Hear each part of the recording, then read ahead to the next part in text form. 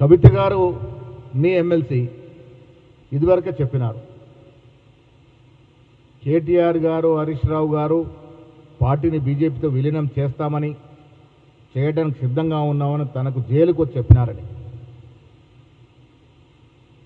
దాంతోపాటు హరీష్ రావు సంతోష్ రావు రాష్ట్ర సంపదను లూట్ చేసుకున్నారని, వారి కుటుంబాలు బంగారమయమయ్యాయని.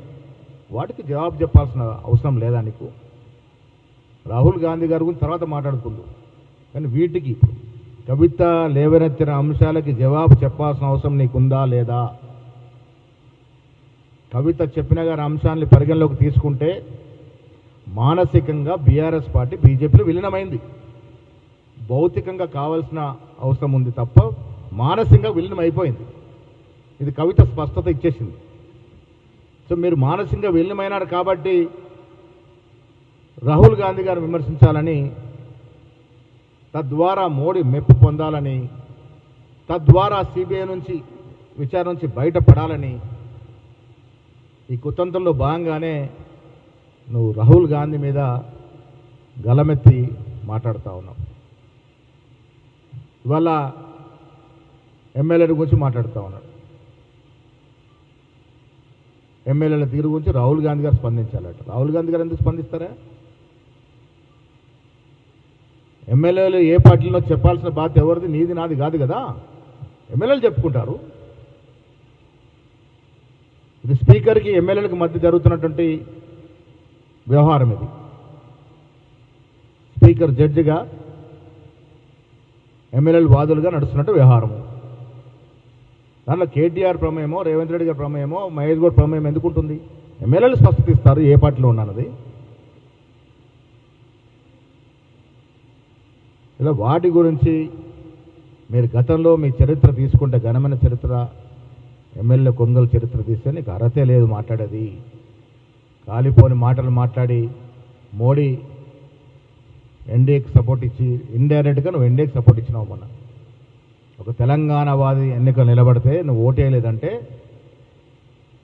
ఇండైరెక్ట్గా నువ్వు మోడీకి సపోర్ట్ ఇచ్చినావు.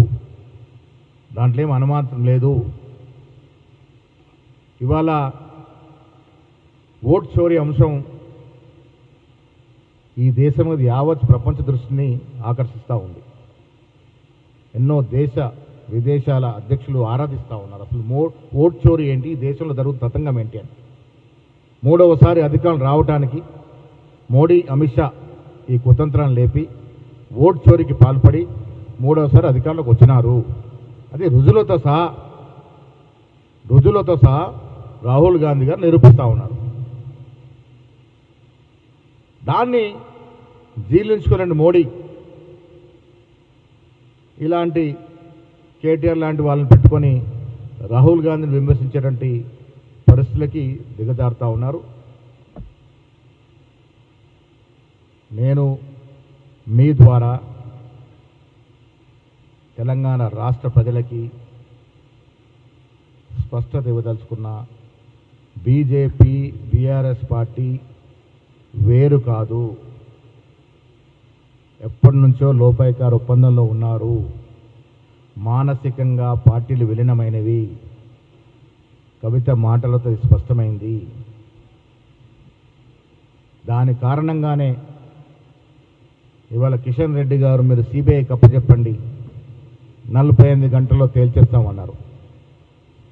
ఎన్ని గంటలైంది మేము సిబిఐ కప్పచెప్పి? కిషన్ రెడ్డి గారు ఎక్కడ పడుకున్నారు మీరు? రాష్ట్ర ప్రభుత్వం అసెంబ్లీలో తీర్మానం చేసి కేసు సిబిఐ కప్పచెప్పి మీరు 48 గంటలు, ఎన్ని గంటలైంది, ఎన్ని రోజులు గడిచింది? ఎందుకు దీంట్లో కదలిక లేదు? దీని అర్థం పరమార్థం ఏమిటి? ఇది చూడండి ఎట్లా మోకరిల్లుతున్నాడు కేసీఆర్ గారు మోడీ గారి దగ్గర, ఏ రకంగా మోకరిల్లుతున్నాడు. వంగి వంగి దండాలు పెట్టి కాళ్ళ బేరాన్ని కుదుర్చుకొని ఇలా సిబిఐ విచారణ నుంచి తప్పించుకునే ప్రయత్నాలు భాగంగానే గతంలో హరీష్ రావు, కేటీఆర్ ఢిల్లీ చుట్టూ చక్కర్లు కొట్టి మోడీ, అమిత్ షా, నడ్డాను కలిసింది కరెక్టా కాదా?